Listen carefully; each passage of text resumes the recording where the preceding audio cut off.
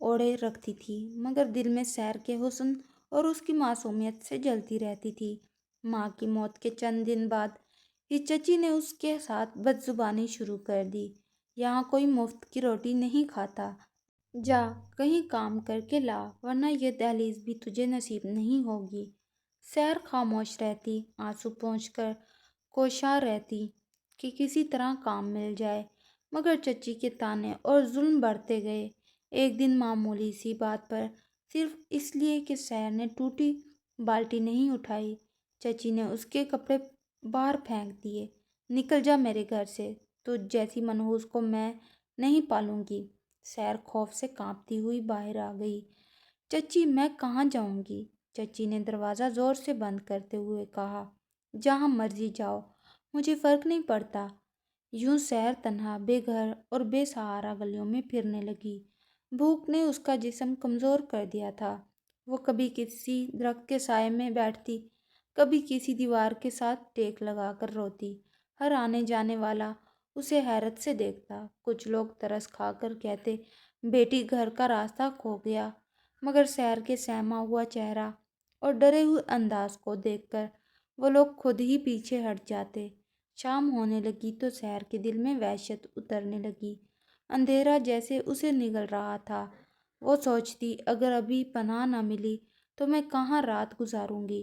وہ قدم گھسیٹتے ہوئے آگے بڑھتی رہی، مگر تھکن نے اس کے جسم سے ساری طاقت چھین لی تھی۔ اسی دوران اسے محسوس ہوا کہ کچھ عورتیں اس کے پیچھے آ رہی ہیں۔ پہلے پہل اسے لگا شاید وہ راستہ پوچھنے آئی ہوں، مگر ان عورتوں کی تیز نظروں اور سرگوشیوں نے اس کے دل میں خوف بھر دیا۔ یہی ہے، خوبصورت ہے، کام آئے گی۔ سیر کا دل دھڑک اٹھا، وہ بھاگنے لگی، مگر بھوکی پیاسی لڑکی کہاں تک بھاگ سکتی تھی؟ چند قدم کے بعد ہی اس کے گھٹنے جواب دے گئے اور وہ سڑک پر گر پڑی۔ جب اس نے آنکھ کھولی تو وہ خود کو ایک اجنبی کمرے میں پانے لگی۔ چھت پر پرانا پنکھا، دیواروں پر دھندلی تصویریں اور ایک تیز خوشبو، یہ سب کسی عام جگہ کے اشارے نہیں تھے۔ دروازے کے باہر عورتوں کی آوازیں آ رہی تھیں، اچھی پکڑی گئی ہے، بائی بہت خوش ہو گئی، جلد ہی حقیقت واضح ہو گئی۔ وہ ریشم بائی کے کوٹھے پر تھی، جہاں سے نکلنے کے سارے راستے بند تھے۔ ریشم بائی دھیمے مگر سخت لہجے میں بولی، بیٹی اب تو یہاں کی ہے، جو حکم دوں وہی کرنا ہوگا۔ سیر نے روتے ہوئے کہا، مجھے جانے دو، میں یہ سب نہیں کر سکتی۔ ریشم بائی نے سرد ہنسی کے ساتھ جواب دیا، یہاں انکار کی کوئی جگہ نہیں۔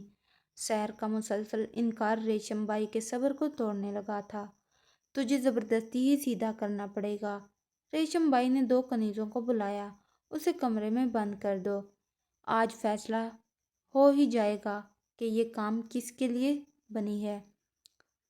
کمرہ بند ہوا تو سیر نے پہلی بار شدت سے اللہ کو پکارا، ہاتھ اٹھا کر گڑ گڑائی، یا اللہ مجھے بچا لے، مجھے اس بدی سے دور کر دے۔ اس کی آنکھوں سے آنسو بہتے رہے، مگر دل میں ایک عجیب سی روشنی پیدا ہونے لگی۔ اسی لمحے ریشم بائی نے فیصلہ کیا کہ سب سے تگڑا اور امیر شخص زاویار ملک ہی اسے توڑ سکتا تھا۔ اگر اسے کسی نے راضی کرنا ہے تو وہ زاویار ہی ہوگا۔ زاویار کو لایا گیا۔ اس نے ایک نظر سیر پر ڈالی، پھر اگلے ہی لمحے اس کا چہرہ زرد پڑ گیا۔ یہ میں نہیں کر سکتا یہاں، اور وہ پہلی ہی نظر میں بنا کچھ کیے بھاگ نکلا۔ ریشم بائی حیران رہ گئی۔ ایک زاویار بھاگ گیا، مگر جلد ہی اسے اندازہ ہوا کہ معاملہ ایک بار کا نہیں، سلسلہ شروع ہو چکا ہے۔ پھر آنے والے سب مرد بھی اسی طرح وہاں سے فرار ہونے لگے۔ کوئی ایک لمحے سے زیادہ اس کمرے میں ٹک نہ پاتا تھا، کوئی بتاتا نہیں تھا، کوئی وضاحت نہیں دیتا تھا، بس ڈرے ہوئے قدموں سے باہر نکلتا اور پھر کبھی لوٹ کر نہ آتا۔ ہر بار جب کوئی مرد اندر جاتا، سیر کے دل میں خوف کی لہر دوڑ جاتی۔ وہ کانپتی ہوئی سورۃ نور کی تلاوت شروع کر دیتی، اللہ نور السماوات والارض۔ اس کی آواز دھیمی ٹوٹی ہوئی لیکن یقین سے بھری ہوئی تھی۔ وہ نہیں جانتی تھی کہ اس کی یہ تلاوت مردوں کے دل پر کیا اثر ڈالتی ہے۔ وہ نہیں جانتی تھی کہ اس کی دعا ایک ایسے نور کو جگا رہی ہے جو اسے ہر برائی سے بچا رہا تھا۔ اسے صرف یہ معلوم تھا کہ اسے اللہ پر بھروسہ ہے اور یہی بھروسہ اس کے لیے ڈھال بنا ہوا تھا۔ کوٹھے کے لوگ حیران تھے، گاہک ڈرے ہوئے تھے، ریشم بائی پریشان تھی، مگر سحر اب بھی ایک ہی کام کرتی تھی، اپنے رب کو پکارنا اور سورت نور کا ورد کرنا۔ اسے خبر نہ تھی کہ اس کی یہ روشنی جلد پوری کہانی کا رخ بدلنے والی ہے۔ ریشم بائی کے سامنے لیپ ٹاپ کی اسکرین روشن تھی۔ کمرے میں ایک گہرا سکوت پھیلا ہوا تھا۔ وہ مسلسل پچھلی رات کے واقعات سے بے چین تھی۔ زاویار، رئیس زادہ، مزدور سب ایک ہی طرح بھاگے جاتے تھے اور آج ایک فقیر بھی اسی کمرے میں گر کر بھاگ نکل رہا تھا۔ اس نے سانس بھرتے ہوئے خود سے کہا، آج تو میں پوری حقیقت دیکھ کر رہوں گی، چاہے کچھ بھی ہو جائے۔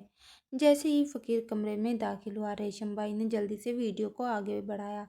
چلو دیکھتے ہیں اب کیا تماشا ہوتا ہے، وہ بڑبڑائی اور اس کی انگلی ریپلے کے بٹن پر بار بار ٹک رکھاتی۔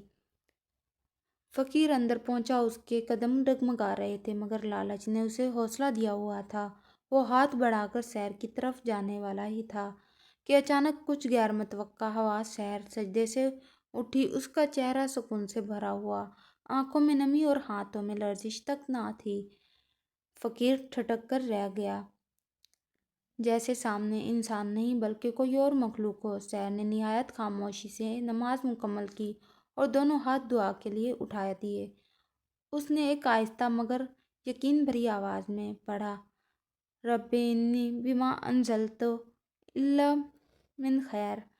فقیر کمرے کی خاموش فضا میں یہ الفاظ یوں گونجے جیسے کسی مقدس جگہ پر تلاوت ہو رہی ہو۔ ریشم بائی جو اسکرین کے سامنے نیم جھکی بیٹھی تھی، مزید آگے سرک آئی، یہ کیا پڑھ رہی ہے؟ لیکن اگلے ہی لمحے اس کے سوال کا جواب ایک ایسے انداز میں ملا جس کا وہ تصور بھی نہیں کر سکتی تھی۔ سحر کے سر کے اوپر ایک لطیف چمکدار روشنی نمودار ہوئی، بلکہ بالکل ہلکی، جیسے کسی نے چاند کی شعاع کو اس کمرے میں قید کر دیا ہو۔ فقیر کی آنکھیں پھیل گئیں، وہ پیچھے ہٹنے لگا۔ اماں جی، یہ کیا؟ اس کی آواز ویڈیو میں کانپ رہی تھی۔ روشنی پھیلتی گئی، پہلے فقط سحر کے گرد، پھر بستر، پھر پورا کمرہ، اور بالآخر ایک مکمل نورانی حصار بن گیا۔ کمرے کے کونوں میں رکھی چیزوں کے سائے آہستہ آہستہ مٹتے گئے، جیسے روشنی نے انہیں نگل لیا ہو۔ فقیر کے قدم جواب دے گئے، نہیں نہیں، یہ مجھے نہیں چھوڑے گا۔ وہ پیچھے ہٹتے ہوئے زور سے دیوار سے ٹکرایا اور چیخ مار کر بیٹھ گیا۔ اس کا جسم پورا کانپ رہا تھا۔ ریشم بائی کا دل تیز دھڑکنے لگا، یہ واقعی ہو رہا ہے۔ اس کے ہاتھ کانپنے لگے۔ اس نے کیمرہ زوم کیا، پھر واپس نارملائز کیا، پھر دوبارہ زوم کیا، مگر روشنی کم ہونے کے بجائے بڑھ رہی تھی۔ ویڈیو میں فقیر نے بمشکل سہارا لیا، مگر پھر اچانک اس کے جسم میں جھٹکا سا آیا اور وہ بے ہوش ہو کر زمین پر گر پڑا۔ کمرہ مکمل خاموش ہو گیا۔ ریشم بائی کی آنکھیں یقین سے باہر تھیں۔ وہ چند لمحے تک سحر کے گرد پھیلے نور کو گھورتے رہی، جیسے پتھر کی مجسمہ بن گئی ہو۔ پھر اچانک اس کے اندر کچھ ٹوٹا۔ وہ کرسی سے لڑھک کر نیچے گری اور سجدے میں جا پڑی۔ یا اللہ، میں نے کیا کیا؟ میں نے کس بچی پر ظلم کیا؟ پروردگار، مجھے معاف کر دے۔ اس کے آنسو اس کے دونوں ہاتھوں پر گر رہے تھے۔ وہ بار بار اپنا ماتھا زمین سے لگاتی، پھر اٹھاتی، پھر رو پڑتی۔ ریشم بائی کے زندگی کے پچھلے سارے گناہ اچانک ایک طوفان کی طرح اس کے سامنے آ گئے۔ گناہ، دھوکے، بیچنا، خریدنا، ناجائز دھندے۔ وہ پھوٹ پھوٹ کر رونے لگی، یا اللہ، میں نابینا تھی، میں نے نور کو نہ پہچانا۔ اس نے دوبارہ اسکرین پر نظر ڈالی۔ سحر اب بھی دعا میں مصروف تھی۔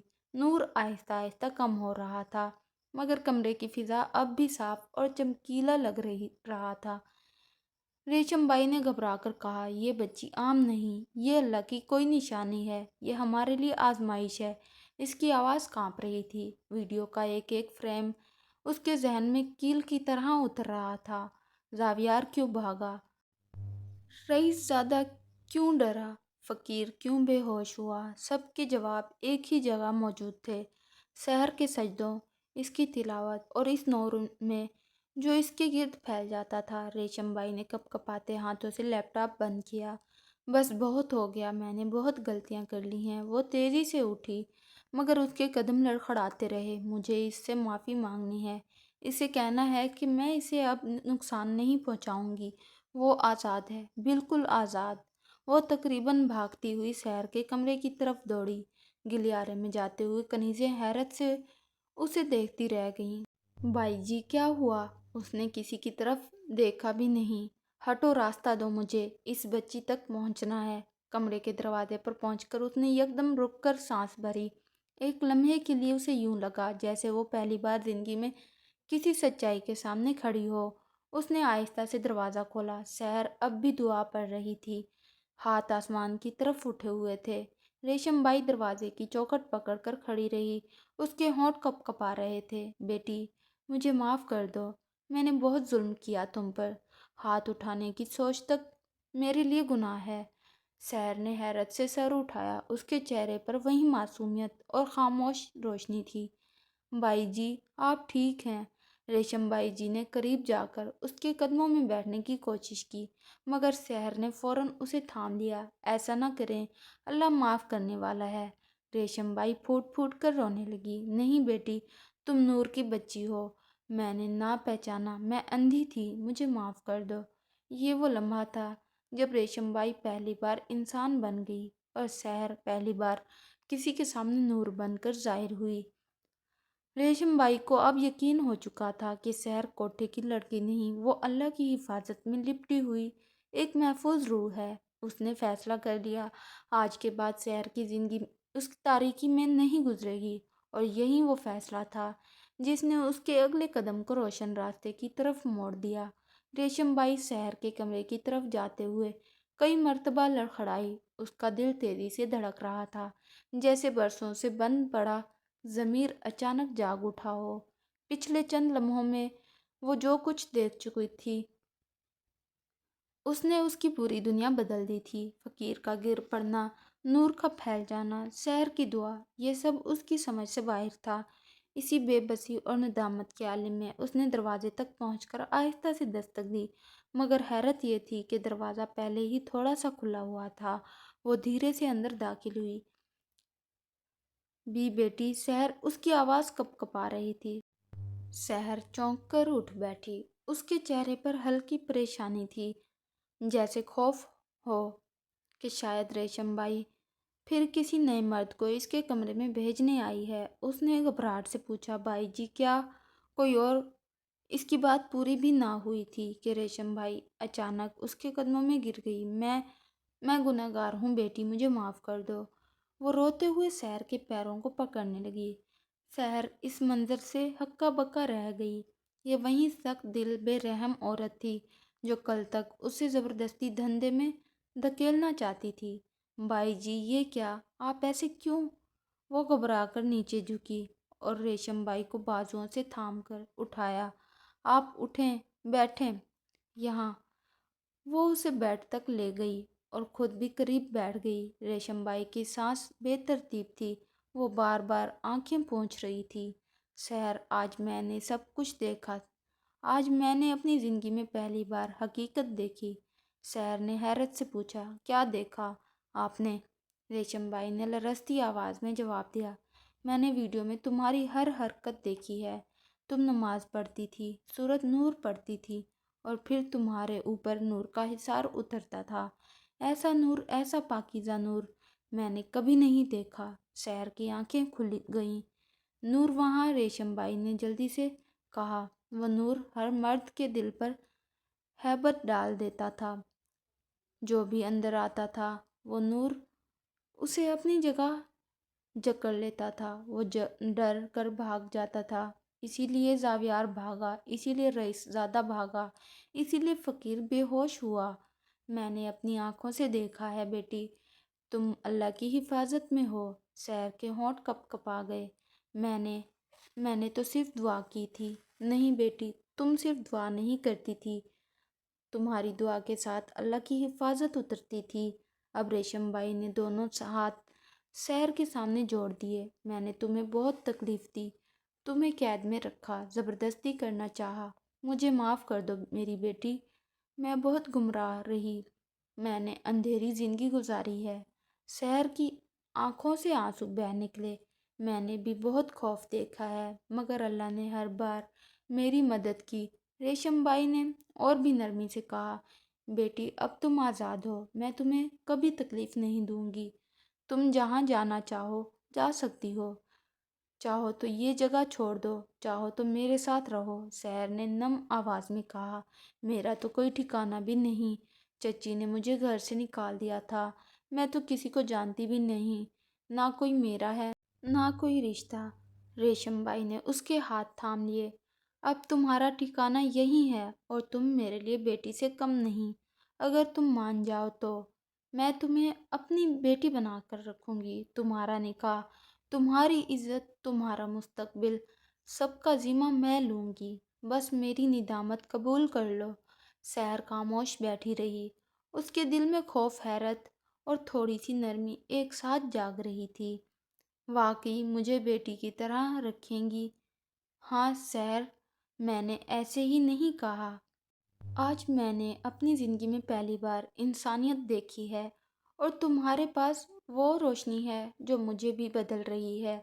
سحر نے تھوڑے توقف کے بعد آہستہ سے سر ہلا دیا، اگر اللہ نے چاہا تو میں آپ کے ساتھ رہوں گی، مگر شرط یہ ہے کہ کوئی برائی نہ ہوگی، کوئی گندا کام نہیں۔ ریشم بائی نے فوراً جواب دیا، نہیں بیٹی، اب کبھی نہیں، اب یہ جگہ گناہ کی نہیں رہے گی، میں اسے بدل دوں گی، توبہ کروں گی۔ سحر کے دل میں پہلی بار کسی کے لیے ہمدردی جاگی۔ اللہ سب کی توبہ قبول کرتا ہے بائی جی۔ یہ لمحہ دونوں کے لیے ایک نئی شروعات تھا۔ کمرے کے باہر گلیارے میں کھڑی کنیزیں حیرت سے سرگوشیاں کر رہی تھیں، کیا واقعی بائی جی بدل گئی؟ لگتا ہے کوئی بڑی بات ہوئی ہے۔ یہ وہی کمرہ ہے جہاں سے مرد ڈر کر بھاگتے تھے، لیکن آج وہاں سے رونے، چیخنے یا بھاگنے کی آواز نہیں آ رہی تھی، آج وہاں سے اصلاح اور بدلاؤ کی ہوا چل رہی تھی۔ دوپہر ڈھل گئی، سورج کی روشنی کھڑکیوں پر پھیلنے لگی۔ ریشم بائی نے پورے کوٹھے میں اعلان کر دیا، کسی لڑکی پر کوئی زبردستی نہیں ہوگی، آج سے یہاں کوئی گناہ کا سودا نہیں ہوگا، جو رہنا چاہے عزت سے رہے، جو جانا چاہے عزت سے جائے۔ کنیزیں سکتے میں تھیں، بائی جی پاگل ہو گئی ہیں کیا؟ یا شاید وہ نور سچ میں تھا؟ سحر خاموشی سے سب دیکھ رہی تھی، وہ سوچ رہی تھی کہ اللہ کیسے اپنی قدرت دکھاتا ہے، کبھی کمزور ہاتھوں کے ذریعے، کبھی دعا کے ذریعے، کبھی نور کے ذریعے۔ اب کوٹھا ویسا نہیں رہا تھا، جو دالان پہلے گناہوں کی کہانیوں کا مرکز تھے، وہاں آج پہلی بار سکون اتر آیا تھا۔ ریشم بائی نے سحر کے لیے نیا کمرہ ترتیب دیا، اسے نئے کپڑے دلوائے، کھانا منگوایا اور ہر بات میں اس کی رائے پوچھنے لگی۔ سحر کو محسوس ہوا کہ بائی جی واقعی بدل گئی ہیں، اور بدلاؤ صرف اس ایک عورت تک محدود نہ رہا، پورے کوٹھے میں ایک نئی فضا پیدا ہو گئی۔ کچھ لڑکیاں رخصت ہو کر اپنے گھروں کو چلی گئیں، کچھ نے نئی زندگی کی تلاش شروع کی، کچھ نے تعلیم حاصل کرنے کی خواہش ظاہر کی۔ سحر نے یہ سب دیکھ کر دل میں اللہ کا شکر ادا کیا۔ وہ نہیں جانتی تھی کہ اس نور نے صرف مردوں کو ڈرایا نہیں تھا، اس نے ایک گناہ گار عورت کا دل بھی بدل دیا تھا، ایک گھر کی روشنی بھی لوٹا دی تھی، اور ایک بچھڑی ہوئی روح کو تحفظ بھی دیا تھا۔ اب یہ جگہ گناہ کی منڈی نہیں رہی تھی، یہ توبہ اور بدلاؤ کی پناہ گاہ بننے لگی تھی۔ 3 ماہ گزر چکے تھے، ایسے 3 ماہ جنہوں نے کوٹھے کی فضا، آوازیں اور رفتار بدل کر رکھ دی تھی۔ نہ وہ شور تھا، نہ ساز ندوں کی بیگانہ دھنیں، نہ مردوں کی شہوت بھری آوازیں۔ اب وہاں سحر کے ہلکے قدموں کی چاپ سنائی دیتی، یا کبھی کبھی وہ لڑکیاں جنہیں ریشم بائی نے آزاد کر دیا تھا آ کر اپنے مستقبل کی باتیں کیا کرتی تھیں۔ ریشم بائی اب ایک مختلف عورت تھی، پہلے سخت اور تند خو مگر اب نرم لہجے والی، ہر لڑکی کی خیر خواہ، ہر چہرے پر سکون دیکھنے کی خواہش مند۔ ان دنوں میں سحر بھی بدل گئی تھی، وہ پہلے خوف سے سہمی تھی، اب ایمان اور اطمینان کے ساتھ چلتی تھی۔ اس کے چہرے پر اللہ کی رحمت کا نور صاف چھلکتا تھا، اور اس کی دعا کوٹھے کی خاموشی میں بھی روشنی بھر دیتی تھی۔ ریشم بائی کبھی کبھی دور بیٹھ کر اسے دیکھتی اور دل میں کہتی، رب نے واقعی اس بچی کو بے مثال بنایا ہے۔ انہی دونوں ایک صبح کوٹھے کے دروازے پر دستک ہوئی۔ دستک بہت نرم تھی، ایک ایسی کہ جس میں نہ غرور تھا نہ جلدی، بس کسی خاموش انتظار کی کیفیت۔ ریشم بائی نے چونک کر کنیز کی طرف دیکھا، پھر خود دروازہ کھولنے آگے بڑھی۔ دروازہ کھلا تو سامنے ایک شخص کھڑا تھا۔ چہرہ مانوس لگتا تھا مگر بدل چکا تھا۔ ہلکی داڑھی، آنکھوں میں گہرا سکون، رنگینیاں مانند پڑ چکی تھیں، بدن پر سادگی کا لباس اور ماتھے پر سجدوں کا نشان۔ ریشم بائی کا دل دھک سے رہ گیا۔ زاویار، کیا یہ تم ہو؟ زاویار نے آہستگی سے سر جھکایا۔ جی بائی جی، میں ہی ہوں۔ ریشم بائی گھورتی رہی، جیسے یقین ہی نہ آئے کہ یہی وہ شخص ہے جو پہلے غرور اور گمراہی کا چلتا پھرتا پیکر تھا۔ تم تو 3 ماہ پہلے ایسے بھاگے تھے جیسے کبھی پلٹ کر نہیں آؤ گے۔ تمہارا یہ حال، تمہاری یہ تبدیلی، یہ سب کیسے؟ زاویار نے دھیرے سے جواب دیا، میں آج یہاں کوئی شکایت لے کر نہیں آیا، نہ کوئی دنیاوی کام میں، ایک رشتہ مانگنے آیا ہوں، سحر کا رشتہ۔ ریشم بائی نے حیرت سے گردن موڑی۔ کیا کہا تم نے؟ زاویار کی آنکھوں میں، آواز میں کوئی تکبر نہ تھا، صرف عاجزی تھی۔ میں سحر کا ہاتھ مانگنے آیا ہوں۔ ریشم بائی نے گہری سانس لی۔ زاویار، تم وہی شخص ہو جو عورتوں کو ایک کھیل سمجھتا تھا۔ تم سے پہلے صرف گناہ کی بو آتی تھی، آج تم یہ فیصلہ کیسے کر سکتے ہو؟ زاویار نے خاموشی سے زمین کی طرف دیکھا۔ بائی جی، وہ نور یاد ہے، وہ روشنی جو میں نے اس کمرے میں دیکھی تھی، وہ میرے لیے قیامت تھی۔ میں نے کبھی ایسی چیز نہ دیکھی، نہ محسوس کی تھی۔ میں اس کمرے سے بھاگا ضرور تھا مگر اس روشنی نے مجھے پوری طرح بدل دیا۔ میں 3 ماہ تک راتوں کو سو نہیں سکا۔ میں بھرپور توبہ کرتا رہا، اپنے گناہ یاد کر کر کے رویا۔ میں مسجد میں بیٹھتا، قرآن پڑھتا، بزرگوں کے پاس جاتا، کبھی کبھی خود سے سوال کرتا کہ میں کون ہوں اور میں کیوں گمراہ ہوں۔ وہ بات کرتے کرتے رک گیا، پھر دھیمے سے بولا، میں نے خود کو بدلا ہے بائی جی، دل صاف کیا ہے، اور یہ سب اس لڑکی کی وجہ سے ہوا۔ سحر کی پاکی، اس کی دعا، اس کا نور۔ میں اس کا مقروض ہوں، میں چاہتا ہوں کہ اس کے قابل بنوں۔ ریشم بائی نے پہلی بار زاویار کی آنکھوں میں سچ کی جھلک دیکھی۔ اور اگر سحر نہ مانے، اگر وہ تمہیں قبول نہ کرے، زاویار نے نظریں جھکا کر کہا، تو میں چپ چاپ چلا جاؤں گا۔ میں اس پر کوئی زبردستی نہیں کروں گا۔ میں آج یہاں صرف اپنا دل صاف کرنے آیا ہوں، باقی فیصلہ اس کا ہے۔ ریشم بائی نے دل ہی دل میں سوچا کہ انسان بدل بھی سکتا ہے، بشرطیکہ اس پر اللہ کی نشانی اتر آئے۔ اس نے دروازہ کھولتے ہوئے کہا، آؤ زاویار، اندر آؤ، میں دیکھتی ہوں سحر کیا کہتی ہے۔ زاویار ادب سے سر جھکا کر اندر داخل ہوا۔ وہیں کوٹھا، وہیں دیواریں، مگر اب یہاں گناہ کی فضا نہیں بلکہ ایک صاف ستھرا سکوت اور نور کی ہلکی سی لہر تھی۔ کنیز کو بھیج کر سحر کو بلایا گیا۔ چند لمحوں بعد وہ سفید دوپٹہ اوڑھے آہستہ آہستہ چلتی ہوئی کمرے میں آئی۔ اس کی نظریں پہلے ریشم بائی پر پڑیں، پھر زاویار پر۔ زاویار نے جیسے ہی اسے دیکھا، اس کی آنکھوں میں وہی عاجزی اتر آئی جس میں نہ خواہش تھی نہ حکم تھا، صرف احترام تھا۔ زاویار نے دھیرے سے کہا، سحر، السلام علیکم۔ سحر نے آہستہ سے جواب دیا، وعلیکم السلام۔ ریشم بائی نے دونوں کو بیٹھنے کا اشارہ کیا۔ زاویار کچھ کہنا چاہتا ہے بیٹی، سن لو۔ زاویار نے ہمت جمع کی، میں نہیں جانتا کہ میرا ماضی تمہیں کتنا برا لگے گا، مگر اتنا ضرور کہوں گا کہ تم نے مجھے بدل دیا ہے۔ میں گناہ کی راہ سے اس لیے الگ ہوا کیونکہ میں نے تمہارے ارد گرد نور دیکھا، میں نے اپنی آنکھوں سے دیکھا، میں نے اپنی روح میں محسوس کیا، اور میں نے سوچا کہ شاید اللہ مجھے بھی بدلنے کا موقع دے رہا ہے۔ سحر خاموش کھڑی اسے دیکھتی رہی۔ میں تم سے رشتہ مانگتا ہوں سحر، مگر اگر تم انکار کر دو تو میں کبھی دوبارہ یہاں نہیں آؤں گا۔ مجھے تمہارا فیصلہ قبول ہوگا۔ کمرے میں مکمل سکوت چھا گیا۔ سحر نے آہستگی سے نظریں جھکائیں۔ اس کے دل میں کوئی اتھل پتھل نہیں تھی، خوف نہیں تھا نہ بوجھ، صرف ایک ہلکی سی روشنی اتر رہی تھی جیسی اس نے کبھی پہلے محسوس نہ کی تھی۔ زاویار، انسان بدل سکتا ہے اگر اللہ چاہے۔ میں نے آپ کو اس دن دیکھا تھا، آپ بھاگ کر گئے تھے، مگر میں نے کبھی گمان نہیں کیا تھا کہ آپ واپس آئیں گے، وہ بھی اس حالت میں۔ زاویار نے نم لہجے میں کہا، میں اللہ کے آگے جھک گیا تھا سحر، اور آج انسان بن کر آیا ہوں۔ زاویار ملک نہیں، صرف زاویار، سحر نے خاموشی میں جواب دیا۔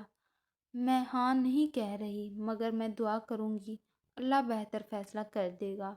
اس صبح کوٹھے کی فضا بالکل مختلف تھی۔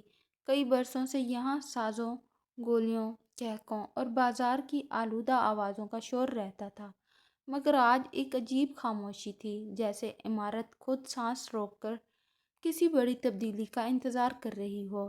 لڑکیاں جو کبھی پردوں کے پیچھے چھپ کر دنیا دیکھتی تھیں، آج دالان میں جمع تھیں، ایک دوسرے سے سرگوشیاں کر رہی تھیں۔ کچھ کے چہرے پریشان تھے، کچھ حیران، مگر زیادہ تر کے چہروں پر سکون کی جھلک تھی۔ پھر اچانک اذان کی آواز گونجی، نرم دل کو چھو لینے والی، ایک ایسی آواز جو اس کوٹھے کی دیواروں نے پہلی بار سنی تھی۔ اللہ اکبر، اللہ اکبر۔ ریشم بائی پلٹ کر کھڑی کھڑکی کی طرف دیکھنے لگی۔ آج یہ جگہ واقعی بدل گئی۔ لڑکیوں کی آنکھوں میں آنسو تھے۔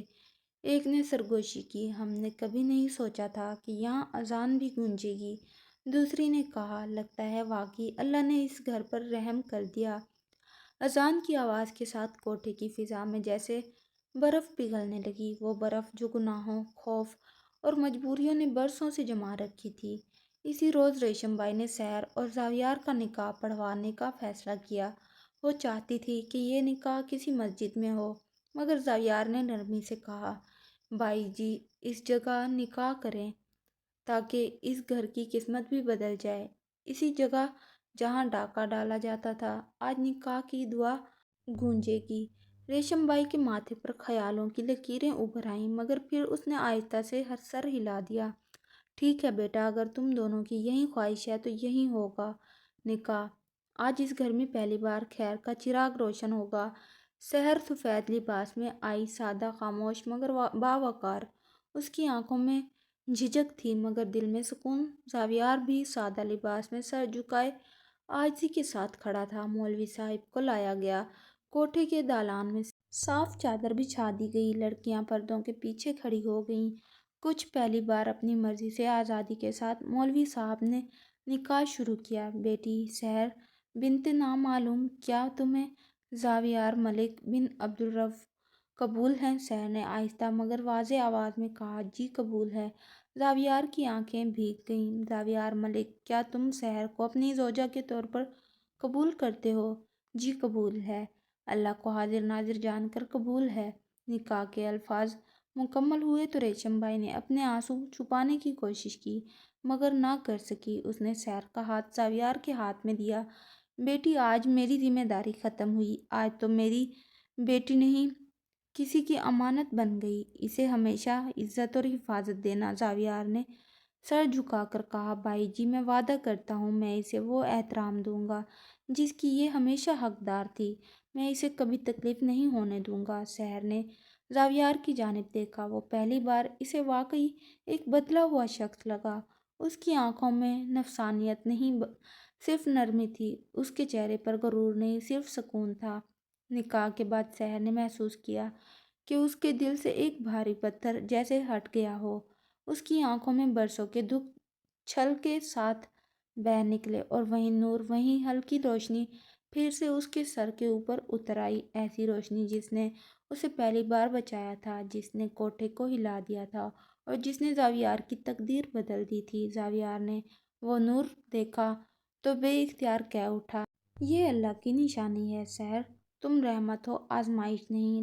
لڑکیوں نے عجب حیرت سے یہ منظر دیکھا۔ کچھ نے دل ہی دل میں دعا کی کہ اللہ انہیں بھی ایسی زندگی دے، کچھ نے توبہ کی نیت باندھی، کچھ نے فیصلہ کیا کہ آج کے بعد یہاں نہیں رہیں گی۔ ریشم بائی نے دروازے کے پاس کھڑے ہو کر دونوں کو رخصت کیا۔ اس کی آنکھوں میں خوشی اور ندامت دونوں کی نمی تھی۔ بیٹی خوش رہنا، اللہ تمہیں ہمیشہ نور میں رکھے۔ تم نے میرا دل بھی بدل دیا۔ سحر نے آگے بڑھ کر اس کے ہاتھ چومے۔ آپ نے بھی اپنی زندگی بدل دی بھائی جی، اللہ آپ کو بھی سکون دے۔ جب سحر اور زاویار کوٹھے سے باہر نکلے تو یہ جگہ پہلے جیسی نہ رہی۔ یہ اب گناہ گاروں کا ٹھکانہ نہیں، توبہ کرنے والوں کا مرکز بن چکی تھی۔ وہ لڑکیاں جو پہلے بے بس تھیں اب آزاد تھیں۔ کچھ گھر چلی گئیں، کچھ نے کام ڈھونڈنے کی تیاری شروع کی، کچھ نے پڑھائی کی خواب دیکھنا شروع کر دیا۔ سحر اپنی نئی زندگی کی طرف قدم بڑھا رہی تھی۔ ہر قدم کے ساتھ زاویار کی موجودگی اسے تحفظ دیتی، جیسے وہ اس کے لیے دیوار بن کر کھڑا ہو۔ 3 ماہ پہلے یہی زاویار نشے، گناہ اور بے راہ روی میں ڈوبا ہوا تھا۔ آج وہ دین کی روشنی میں کھڑا تھا، اللہ کے خوف کے ساتھ، اپنی زندگی کو سیدھا کرنے کے ارادے کے ساتھ۔ سحر کی زندگی یتیمی سے نکاح تک ایک نورانی سفر بن گئی تھی۔ اس نے دکھ جھیلے، آزمائشیں برداشت کیں، مگر اللہ کی حفاظت ہر جگہ اس کے ساتھ رہی۔